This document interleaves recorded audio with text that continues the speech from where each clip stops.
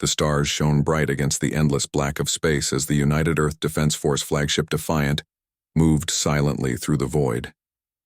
Commander Jack Miller stood with his hands clasped behind his back, his eyes fixed on the main screen of the bridge. The message that filled the display had arrived 3 days ago. It had changed everything. "Play it again," Jack ordered, his voice steady despite the weight of the moment. Lieutenant Susan Wright nodded from her station. "Yes, sir." The screen flickered, and the alien message began to play once more. The creature on screen had bluish-gray skin, 4 eyes set wide apart, and spoke with a voice that sounded like stones grinding together. The translation software converted its words to English in real time. "People of Earth, we of the Vordak Imperium greet you. We have watched your progress with great interest. You have grown quickly for such a young species. We offer you knowledge, technology, and membership in our galactic coalition. Together, we can achieve greatness among the stars." It was humanity's first confirmed contact with intelligent alien life. After centuries of searching the skies, wondering if they were alone, the answer had finally come. They were not alone, and the aliens wanted to talk. Jack rubbed his tired eyes. The message had been received by deep space listening posts scattered throughout the solar system. Within hours, it had been shared with every government on Earth. The United Nations had quickly formed a response team, with the Defiant and its crew chosen to represent humanity. "There's something not right about it," Susan said, breaking the silence. She had been studying the message since it arrived, analyzing every word, every inflection in the alien's voice. "What do you mean?" Jack asked, turning to face her. Susan's brow furrowed as she worked at her console. "The translation seems correct on the surface, but there are subtle issues with the language patterns. Some phrases don't match the emotional tone. It's like..." She paused, searching for the right words. "It's like someone saying, 'I love you,' while holding a knife behind their back." Jack walked over to her station. "Show me." Susan played the message again, this time with her analysis overlay. She pointed to several spots where the alien's body language and vocal tones didn't match the translated words. "Here and here. See how the secondary eyes narrow when mentioning membership? And this gesture when discussing achieving greatness is actually a dominance display according to the xenobiology team's preliminary analysis." Jack felt a chill run down his spine. "You think they're lying to us?" "I think we need to be very careful, sir. I'd like permission to work with the translation team to dig deeper." "Granted, I want a full report in 12 hours. Susan worked through the night, comparing notes with linguists and xenobiologists on Earth. As the hours passed, a disturbing picture emerged. The seemingly peaceful message contained hidden threats and demands for submission. The membership offered was not as equals, but as servants. Jack brought the findings to Admiral Henry Cole, who immediately called an emergency session of the United Nations Security Council. Against the advice of several prominent politicians and scientists eager to establish relations with the aliens, the Security Council voted to respond cautiously, requesting clarification before agreeing to the Vordak's terms. The Vordak's second message arrived just hours later. Gone was the friendly tone. "Your hesitation is noted," the alien spokesperson said, its 4 eyes cold and unblinking. "Perhaps you do not understand the opportunity being offered. The Galactic Coalition does not tolerate primitive species who reject civilization. You have 24 Earth hours to reconsider." The threat was clear. Admiral Cole ordered all Earth Defense Forces to high alert. Colony ships at Mars were told to prepare for immediate evacuation. Scientists worked frantically to understand the alien technology, hoping to find some advantage, some weakness they could exploit if diplomacy failed. Jack sat in the quiet of his quarters aboard the Defiant, looking at a photo of his wife and daughter back on Earth. The ship had been positioned between Earth and Mars, part of humanity's thin defensive line. They were woefully outmatched. Scans of the Vordak ships showed technology centuries beyond Earth's most advanced systems. His door chimed. "Enter," he called. Susan stepped in, her face pale with exhaustion. "Sir, we've received another transmission." Not from the Vordak command ship. This one came through on a different frequency. Jack stood up quickly. From who? We think it's from one of the smaller Vordak ships. The message was brief and cut off abruptly. Just 3 words. They harvest worlds. Before Jack could respond, the ship's alarms blared. The Defiant's executive officer, Commander Ryan Nelson, called over the intercom. Captain to the bridge. Vordak ships are moving toward Mars. Jack and Susan raced to the bridge. The main screen showed 5 Vordak vessels breaking formation, accelerating toward the Red Planet and its colonies. Open a channel to the Vordak command ship, Jack ordered. Channel open, sir, the communications officer replied. This is Commander Jack Miller of the Earth Defense Force. Your ships are approaching our Mars colony. We consider this an aggressive action. Please respond. The screen remained dark. No response came. Sir, the sensor officer called out, voice shaking. The Vordak ships are charging weapons. Jack felt his heart sink. All ships' defensive positions. Get a warning to the Mars colony. Begin evacuation immediately. The Defiant and the 3 other Earth ships moved to intercept, but they were too slow, too far away. The Vordak weapons fired, bright beams of energy striking the surface of Mars where the colony of New Olympus stood. The sensors aboard this Defiant registered enormous energy discharges, the readings climbing higher and higher until they went off the scale. When the dust settled, New Olympus was gone. A smoldering crater was all that remained of humanity's largest off-world settlement. 50,000 people had lived there. As the hours passed, reports came in from rescue ships. Only a few hundred survivors had escaped in time, those who had been in ships or shuttles when the attack began. They brought with them video recordings of the destruction, images that would soon be seen by every person on Earth. Admiral Cole stood before the gathered military leaders in the underground war room beneath Geneva. His face was grim as he played. The recording of the attack and the room fell silent. The Vordak have responded to our request for clarification, he said, his voice steady, despite his rage. This was their answer. They think we're primitive, they think we'll break. He looked around the room, meeting the eyes of each person there. They don't understand what humanity does when cornered. A communications officer rushed in. Admiral, we're receiving thousands of signals from around the world. Military units, civilian defense forces, even private citizens with ships. They're all volunteering. Cole nodded, unsurprised. Humanity has never been united before. Not truly. But we are now. He turned to face the large display showing Earth's combined military forces preparing for battle. And God help the Vordak when they discover what that means. 2 years had passed since the Vordak attack on Mars. 2 years of struggle, loss, and desperate resistance. Earth had survived, but barely. Cities around the world bore the scars of Vordak attacks. The moon was occupied territory now, with only small pockets of human resistance remaining. Yet still, humanity fought on. Dr. Olivia Peters had not seen daylight in 3 months. Deep beneath the Rocky Mountains, in a facility known only as the Vault, she worked with a team of the brightest. Minds Earth had left. Their mission was simple but nearly impossible. Understand and adapt Vordak technology to give humanity a fighting chance. Olivia stared at the alien device floating in the containment field before her. It was a quantum communication unit recovered from a downed Vordak ship. The aliens used it for faster-than-light communication across vast distances. Anything new today, Doc? Asked the guard at the laboratory door, a young soldier named Steve Martinez. Olivia smiled tiredly. Maybe. The energy pattern is starting to make sense.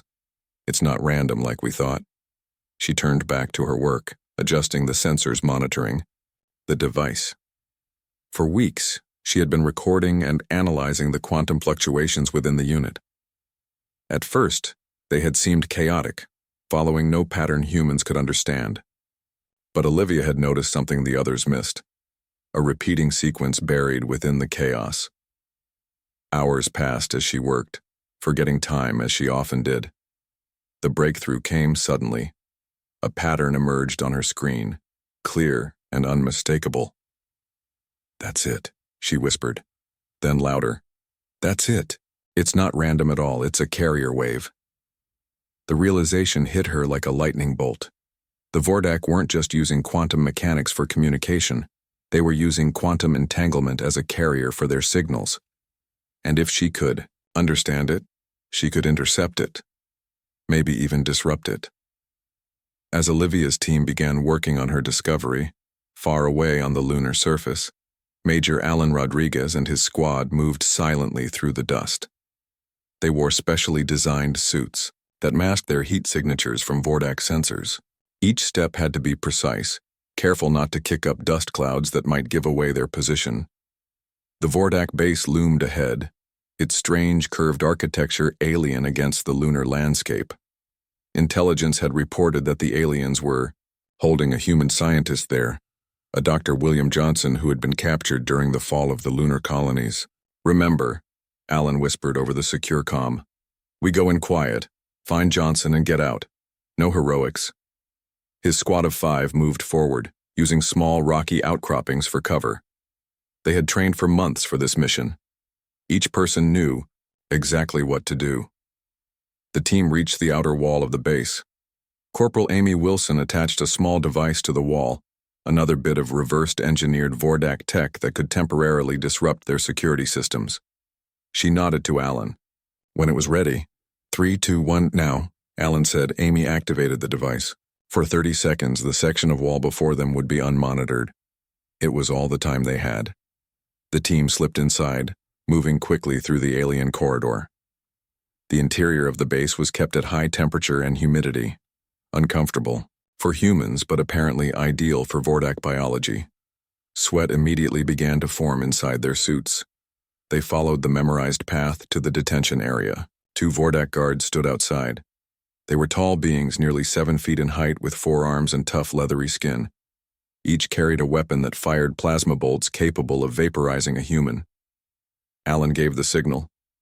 2 members of his team raised silent weapons and fired darts containing a sedative specifically designed for Vordak physiology.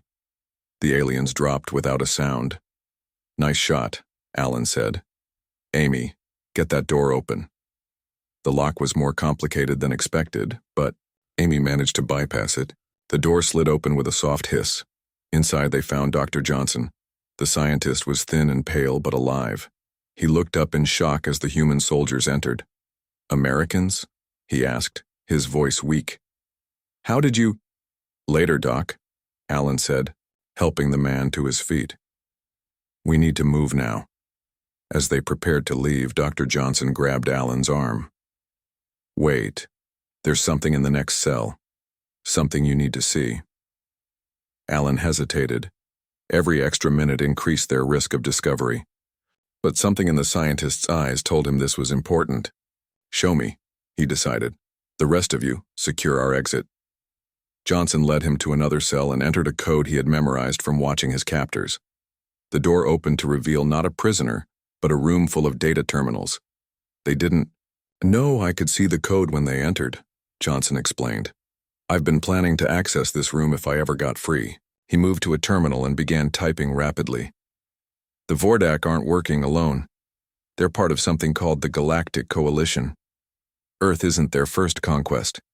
They've done this dozens of times before." Alan watched as images appeared. On the screen, other worlds, other species, all conquered by the Vordak and their allies. "Some of these civilizations have been under their control for centuries," Johnson continued. "But that's not all." He pulled up another file. "Look at this. It's their battle plan for Earth. They're bringing in reinforcements. Hundreds more ships." Alan felt a chill despite the heat of the room. "We need to get this data back to command." Johnson nodded and inserted a small drive into the terminal. Already on it. 5 minutes later, the team was moving back the way they had come, Dr. Johnson and the precious data with them. They had almost reached their exit point when alarms began to sound throughout the base. "They've found the guards," Alan said. "Run." They burst out of the base and sprinted across the lunar surface toward their hidden shuttle. Behind them, doors opened and Vordak soldiers poured out. "Faster," Alan urged as plasma bolts began to strike the ground around them, sending up sprays. of lunar dust. They reached the shuttle just as the first Vordak rounded the rocky outcropping that had hidden it. Amy fired her weapon, hitting the alien in the center of its body. It fell, but more were coming. "Get us out of here," Alan shouted, as the last team member dove through the hatch. The shuttle's engines roared to life, and they shot away from the lunar surface, dodging fire from the Vordak base. Once they were clear, Alan allowed himself to breathe. Dr. Johnson clutched the data drive in his hand. "This changes everything," he said. "We're not just fighting the Vordak. We're fighting an entire coalition of species. But this also means there might be others out there who have been conquered, others who might help us." Alan nodded and activated the communication system. "Command, this is Major Rodriguez. Mission successful. We have Dr. Johnson and critical intelligence. The situation is bigger than we thought. Much bigger." As the shuttle sped toward Earth, Dr. Olivia Peters was presenting her findings to Admiral Cole and the United Earth Defense Council. Her discovery about the Vordak communication system wasn't just a way to eavesdrop on the enemy. It had revealed a fundamental weakness in their shield technology. "Their shields operate on the same quantum principles as their communications," she explained. "If we can disrupt one, we can disrupt the other." Admiral Cole leaned forward, hope in his eyes for the first time in months. "Can you build a weapon based on this?" Olivia nodded. "Give me 3 months and everything I need, we can do this." Cole stood and looked at the assembled council members. 2 years ago they thought we would break. Instead we've held on, and now we have a chance to hit back. The resistance was about to become something more, a real fight for freedom, not just survival. And unknown to humanity, their defiance was already inspiring others across the galaxy, who had long ago given up hope of breaking free from their conquerors. 5 years had passed since the Vordak first attacked Mars. What had begun as a desperate fight for survival had slowly transformed into something the aliens had never expected: a real war. Humanity was not just holding on. They were fighting back. The space around Saturn glowed with the lights of the gathered human fleet. 50 ships of various sizes formed a defensive line, their hulls bearing the scars of previous battles. At the center of the formation was the battle cruiser Retribution, the first of Earth's new vessels built with integrated alien technology. Captain Lisa Chen stood on the bridge of the Retribution, watching the tactical display. Intelligence had reported that a major Vordak fleet was on its way to Saturn. They planned to use the gas giant's moons as forward bases for a new push toward Earth. "All ships report ready, Captain," said her first officer, Commander Daniel Baker. Lisa nodded. "And our special guests?" "In position, hidden behind Titan. The Vordak won't detect them until it's too late." Those special guests represented humanity's greatest achievement in the 5-year war: allies. After learning from Dr. Johnson that the Vordak had conquered many other worlds, Earth had sent out secret missions to contact these subjugated species. 3 of them had joined the fight, sending ships to help defend Earth. Their vessels now waited behind Saturn's largest moon, ready to spring the trap. "The enemy fleet has entered the system," reported the sensor officer. 87 ships, including their command vessel. Lisa felt her heart rate increase, but kept her voice steady. "Send the signal to Admiral Cole. Operation Hammer is a go." As the Vordak fleet approached, they transmitted their usual message: surrender or be destroyed. Lisa allowed herself a small smile. The aliens still didn't understand who they were fighting. "Bring all weapons online," she ordered. "Prepare to engage." The Retribution systems hummed with power. Chief Engineer Paul Garcia had done incredible work integrating the technology of 3 different alien species with Earth's best systems. The result was a ship more powerful than anything humanity had built before. "They're in range," Daniel said. Lisa took a deep breath. "All ships execute Battle Plan Alpha. Fire at will." The human fleet moved forward, weapons blazing. At the same time, the allied alien ships emerged from behind Titan, catching the Vordak in a perfect crossfire. The battle had begun. On Earth, Admiral Henry Cole watched the battle unfold from the underground command center.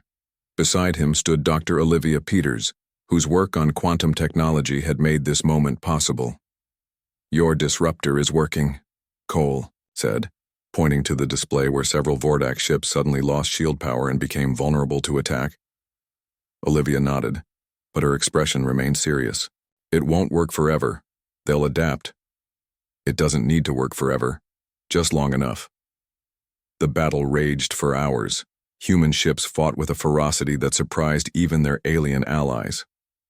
When a Vordak beam struck the Earth cruiser Dauntless, cutting it nearly in half, the dying ship rammed itself into the enemy vessel that had wounded it, destroying both. Such sacrifice was repeated again and again throughout the fighting. By the end, 20 human ships had been destroyed or disabled, but the Vordak had lost 35 vessels, including their massive command ship. And aboard the Retribution, a special operations team led by Major Alan Rodriguez had successfully captured the Vordak's supreme military commander. 2 days later, Alan stood in a secure room deep beneath Geneva, watching as Dr. Karen Davis prepared to question the captured alien. The Vordak commander was secured to a chair, its 4 yellow eyes glaring with hatred at the humans around it. "Can it understand us?" Alan asked. Karen nodded. "We've implanted a translation device. It can understand and respond in English." She approached the alien carefully. The Vordak were known for their great strength and quick reflexes. Even restrained, this one was dangerous. "I am Dr. Karen Davis of Earth," she said. "You are a prisoner of war. Under our laws, you will be treated humanely. We wish to ask you questions." The alien made a sound like grinding stones. Laughter, Alan realized. "Your laws mean nothing," it said. "The Galactic Coalition has ruled for 10,000 years. Your species is but an infant. You will be crushed." Karen remained calm. "And yet, we just destroyed a third of your fleet and captured you. Doesn't that concern you?" The alien's eyes narrowed. "Temporary setbacks. The ruling council will send hundreds more ships. Thousands. You cannot win." "Tell us about this ruling council," Karen said, changing tactics. "Who are they?" For a moment, Alan thought the creature wouldn't answer. Then it spoke, pride evident in its voice. "The 5 ancient races who brought order to the galaxy. The Vordak are their honored enforcers. We bring their civilization to primitive worlds." "You mean you conquer and exploit those worlds?" Alan cut in. The alien turned its gaze to him. "We elevate them. Some species are meant to serve, others to rule. That is the natural order." "How many species are part of this coalition?" Karen asked. "Over 200, the alien replied. "Most serve, only 5 rule." Alan and Karen exchanged glances. The information matched what they had learned from their allies, but hearing it confirmed by a high-ranking Vordak was significant. The interrogation continued for hours. Gradually, they built a picture of the Galactic Coalition, an empire spanning much of the galaxy, ruled by 5 ancient species who had been harvesting resources and technology from conquered worlds for millennia. Later, in Admiral Cole's office, Alan reported their findings. "The good news is that most of the conquered species aren't loyal to the coalition. They're forced to serve.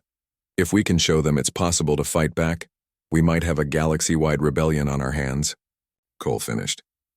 "But first we need to survive long enough to make that happen." He pulled up a holographic display showing the known Vordak fleet positions. "They're regrouping. According to our captured commander, they'll receive reinforcements within months.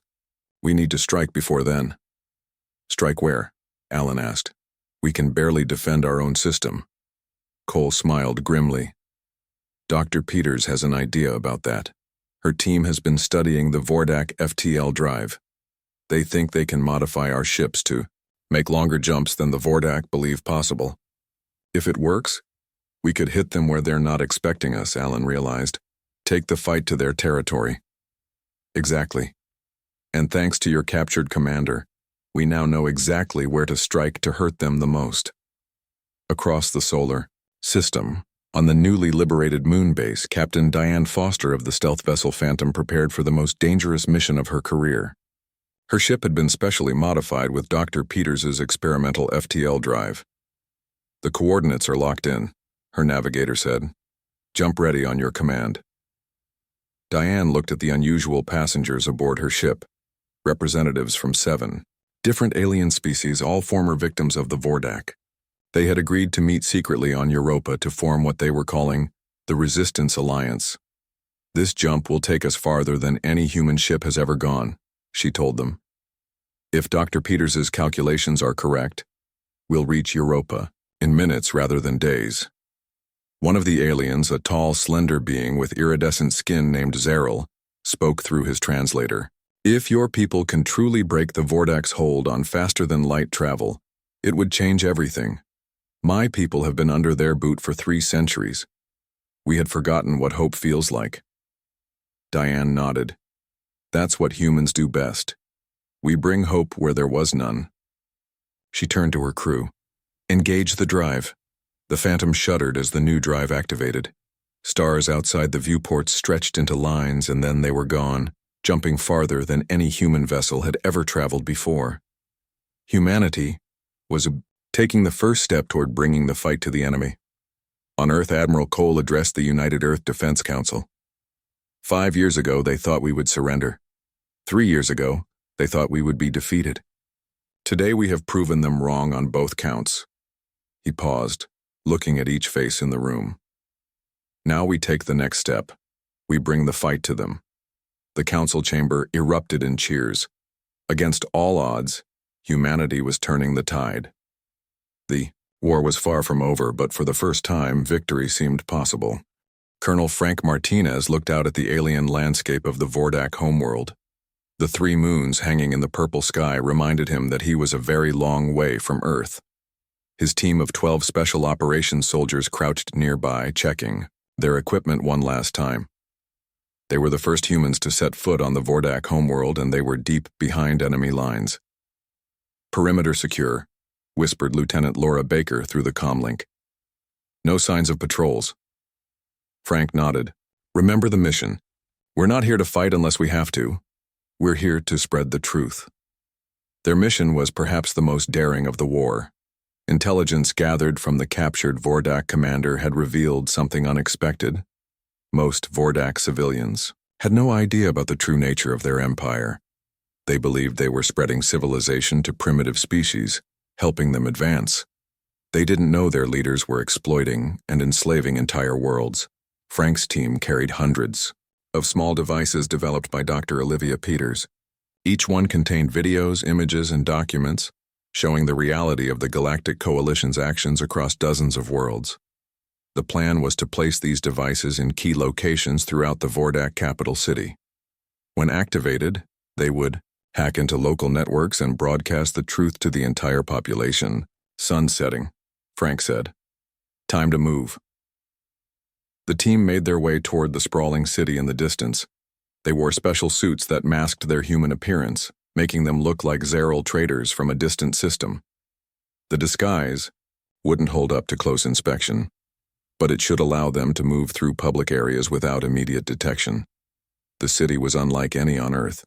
Massive curved structures rose hundreds of stories into the air, connected by transport, tubes that glowed with soft blue light. Flying vehicles zipped between buildings following invisible traffic patterns. First target is the Central Communications Hub, Frank reminded his team. We place 5 devices there, then split into 3 groups to cover the rest of the targets.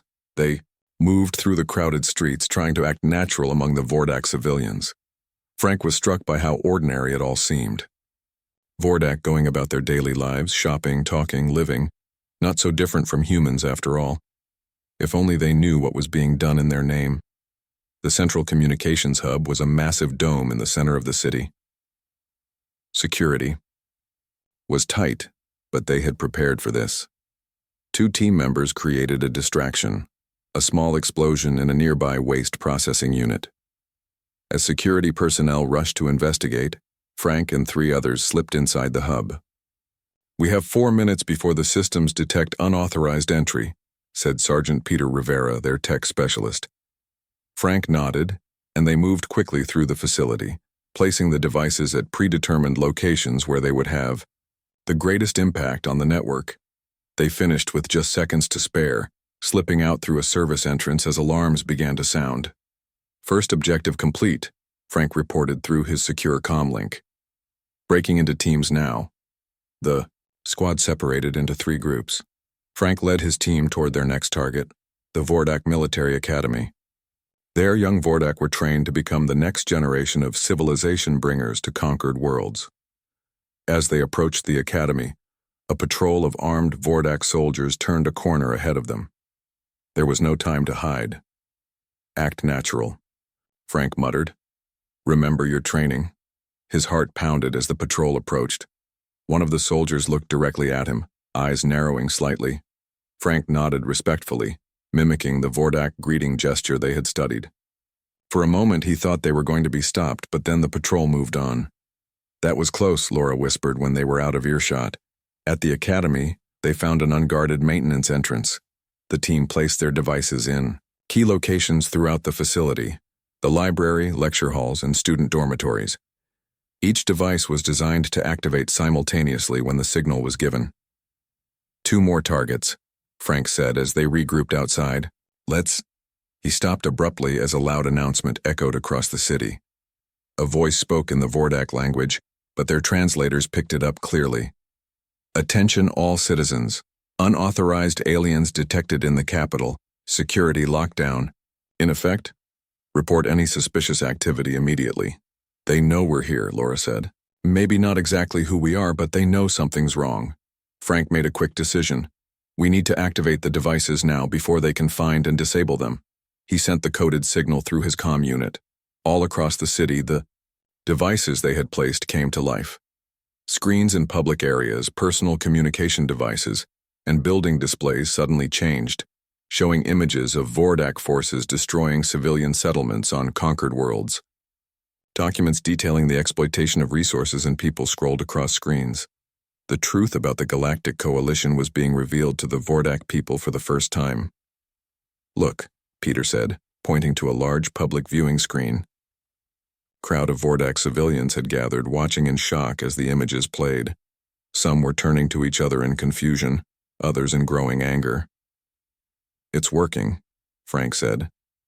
Now we need to get to the extraction point before... Sirens wailed. Across the city, security forces were mobilizing, and they would soon be hunting for whoever was responsible for the broadcasts. Time to go, Frank ordered. The team moved quickly through increasingly chaotic streets. Vordak civilians were reacting to what they were seeing, some with disbelief, others with outrage. Arguments had broken out in public squares. In some places, crowds were gathering outside government buildings demanding answers. As they reached the city outskirts, Frank received reports from the other teams. All had successfully planted their devices, but Team 3 was pinned down by security forces near the commercial district. We need to help them, Laura urged. Frank nodded. Peter, get to the extraction point and signal the ship, the rest of you with me. They moved back into the city, weapons ready. The situation was deteriorating rapidly. In some areas, angry crowds were confronting Vordak security forces. The truth was spreading, and it was having a more immediate impact than they had anticipated. Team 3 was trapped in a small storage facility, surrounded by Vordak soldiers. Frank's team approached from behind, taking the soldiers by surprise. A brief firefight ensued, and they managed to create an opening for their trapped comrades to escape. Everyone move to extraction point now, Frank ordered as they regrouped. The mission is accomplished. Let the chaos do the rest. As they raced toward their hidden ship, they could see the effects of their operation spreading across the city. The Vordak homeworld, center of their empire, was erupting in civil unrest. Military vessels were landing in the city center, but some Vordak military units seemed hesitant to move against their own civilians. They reached their ship just as dawn was breaking. As they lifted off, staying low to avoid detection, Frank looked back at the city. Smoke was rising from several locations. The perfect order of the Vordak capital was breaking down. Do you think it will make a difference? Laura asked, watching beside him. Frank nodded. Admiral Cole said we needed to divide them, make them question their leaders. I'd say we've done that. Their ship accelerated away from the planet, heading for the jump point where they would activate their FTL drive and return to the fleet. Behind them, on the Vordak homeworld, the seeds of revolution had been planted. For the first time in their long history of conquest, the Vordak faced opposition not just from their enemies but from within. In space, the Earth-led fleet continued to push deeper into coalition territory. Each liberated world joined the fight, and the rebellion spread like wildfire through the stars. The message was simple and powerful. Freedom was possible. After thousands of years of oppression, hope was spreading across the galaxy. And at the center of it all was humanity, the species that refused to surrender, refused to be conquered, and now refused to let others suffer the same fate they had nearly endured. 10 years had passed since the day the Vordak destroyed the Mars colony. 10 years of fighting, suffering, and slowly turning the tide of war. Now, on a day many had thought would never come, representatives from over 100 liberated worlds gathered in the United Nations Assembly Hall in Geneva. The 5 ancient civilizations that had ruled the Galactic Coalition for millennia were about to face justice. Admiral Susan Wright, once a lieutenant who had first noticed the hidden threats in the Vordak message, now stood as the supreme commander of the Allied Species Defense Force. She looked out at the assembled delegates, beings of every shape, size, and color imaginable. Some breathed different air mixtures and sat in special chambers. Others required higher or lower gravity areas. All had suffered under coalition rule. All had fought for their freedom. 10 years ago, my world faced destruction, Susan began, her voice carrying through translation devices to every being present. We did not seek this war. We only wished to exist in peace. But when threatened, we fought back. And together, we won. The chamber erupted in sounds of approval, everything from human applause to the resonant humming of the crystalline Terex delegation. At the center of the hall, in a secure containment area, sat the representatives of the 5 ruling species of the Coalition. They had been captured during the final battle for the Coalition capital world 3 months earlier. Their empire, which had stood for over 10,000 years, had crumbled in a decade after humanity showed the subjugated worlds that resistance was possible. The spokesperson for the ruling council, a being of pure energy contained within an ornate, mechanical body, rose to address the assembly. Its voice was cold and emotionless as it spoke. You primitive species cannot hope to maintain order in the galaxy, it declared. Without our guidance, chaos will reign. That is why we created the Coalition, to bring stability and progress. You have destroyed the work of millennia out of your childish desire for so-called freedom. President Edward Mitchell of Earth stepped forward to respond. The years of war had aged him, adding gray to his hair and lines to his face. But his eyes burned with the same determination that had helped humanity survive when all seemed lost.